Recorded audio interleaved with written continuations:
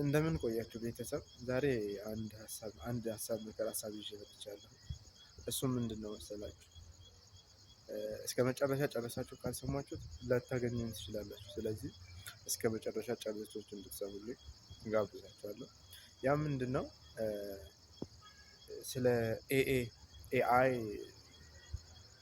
ይሄ አሁን የመጣው ቴክኖሎጂ ጥቅሙ ምንድን ነው፣ ጉዳቱስ ምንድን ነው የሚለው ጋር ነው። ጥቅሙን አላወራም። ጥቅሙ በጣም ብዙ ነው። ጉዳቱ ምንድን ነው የሚለው ጋር ጉዳቱም ደግሞ ለማን ጉዳቱ ደግሞ ለክርስቲያን ሰዎች፣ በተለይ ክርስቲያን ሰዎች ፕሮቴስታንት በተለይ ለእነሱ ጉዳቱ ምንድን ነው፣ ምን ያህል ነው የሚለውን ሀሳብ ልጠይቃችሁና እሱን ትንሽ ለእናንተ ለማብራራት ፈልጌ ነው የመጣሁት። ምንድን ነው መሰላችሁ? አሁን በተለይ መዘማሪያን ከፈለጋችሁ መጽሐፍ ቅዱስ ማንበብ የሚፈልጉ ሰዎች የተለያየ ነገሮችን በራሳቸው ጥረት የሚያደርጉ በዚያ የእግዚአብሔር ጸጋ የሚገለጠው አንድ ሰው ጥሮ ሲያገኝ ማለት መዘመር የሚፈልግ ከሆነ መዝሙር በመጻፍ በግጥም ላይ ይተጋል። በዛ ታይም እግዚአብሔር ይገለጥለታል። ግጥሙ የሰውንም አጥንት ሰርስሮ የሚገባ ይሆናል። ያ ማለት አሪፍ ይሆንለታል። ሄዶም ቤተክርስቲያን ላይ ሲዘመር የተጎዳ ሰው እሱ ባወጣው ርዕስ ሊጠግን ይችላል። አሁን ኤአይ የሚባለው ምንድን ነው ያመጣልን?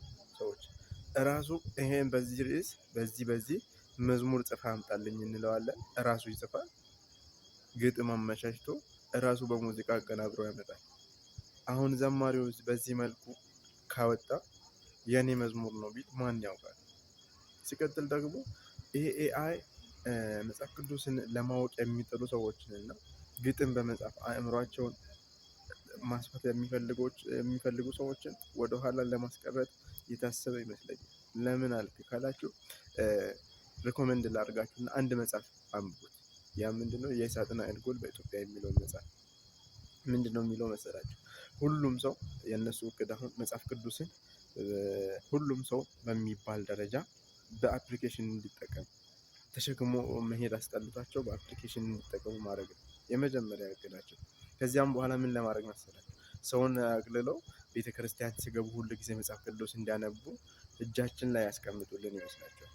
ይኸውላችሁ በውጭ ያለ ካምፓኒ በብዙ ዶላሮች መጽሐፍ ቅዱስን አትመው ወደዚህ እንዲገባ ሰፖርት የሚያደርጉ ሰዎች አሉ። ይሄ ደግሞ በብዛት ፍላጎት ሲኖረው ነው በውጭ ሀገር ባሉ ካምፓኒዎች ላይ ስራ መቀጠል የሚችል። ካልሆነ የተሻለ ቢዝነስ ማስገባት የሚችሉ ድርጅቶች ይወስዳሉ። ስለዚህ መጽሐፍ ቅዱስን በዚህ አፕሊኬሽን ላይ በተጫነው መጽሐፍ ቅዱስ ይሄ ሃርድ ኮፒውን ሰው መጠቀም እንዲቀንስ ያደርገውታል።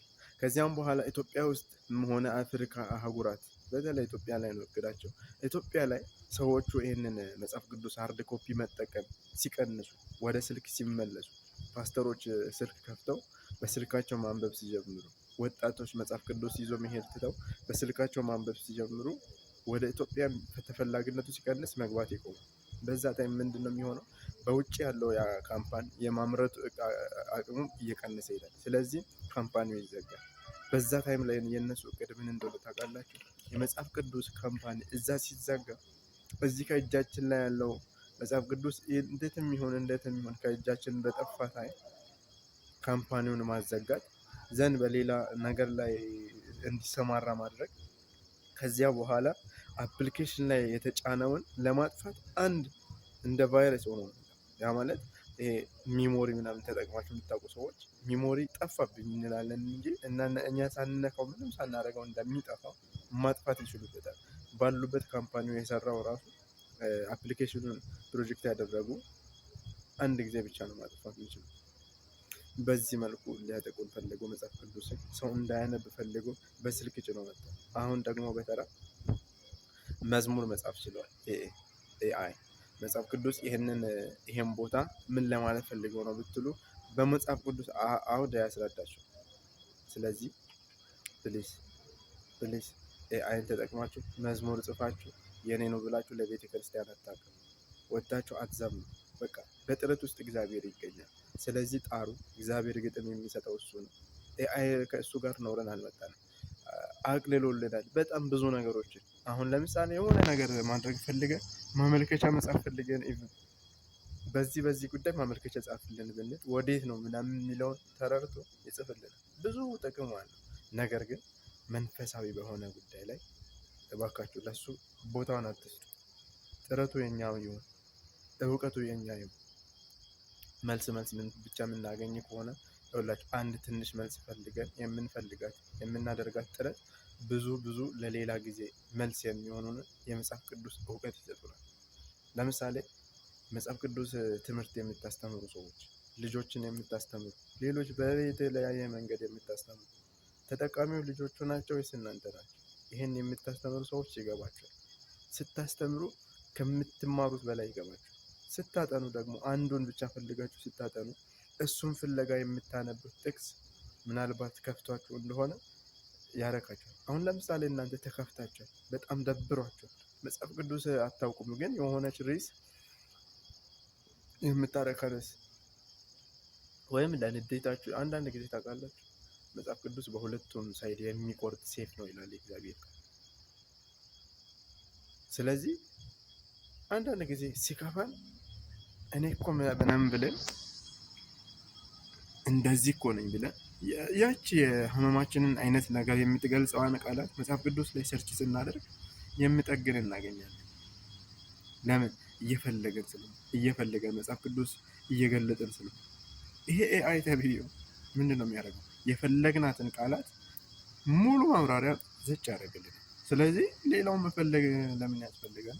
በቀጣይ ቀንም ለሆነ አሁን ለምሳሌ የሆነ ፕሮግራም ላይ ተጋብዘህ አንተ ፓስተር ከሆንክ፣ አንተ ዘማሪ ከሆንክ፣ አንተ ለቤተ ክርስቲያን ጓደኞች መጽሐፍ ቅዱስ ሼር ማድረግ ከፈለግ በዚህ ርዕስ መጽሐፍ ቅዱስ ልዘጋጅ ከጥቅስ ጋር ካልከው ሙሉ ያመጣልሃል።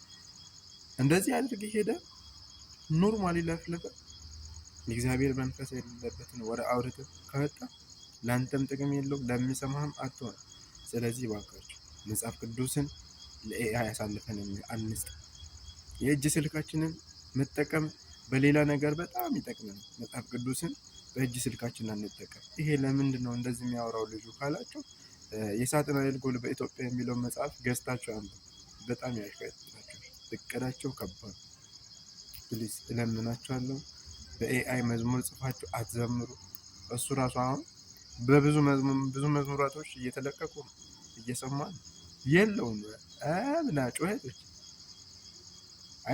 አይታችሁ እንደሆነ ምንም መንፈስ የለው። መንገድ ላይ ስትሄዱ ራሱ ዝም ብሎ የሆነ የተተኮሰ ጥይት አይነት ድምፅ ነው የሚሰማው፣ ምንም ሌላ ነገር የለም። ስለዚህ እንደሱ እንዳታደርጉ። ለዛ ይሄን ለማለት ያክል ነው። እኛው ራሳችንን እንጠብቅ። አመሰግናለሁ። መልካም ጊዜ ይሆንላችሁ።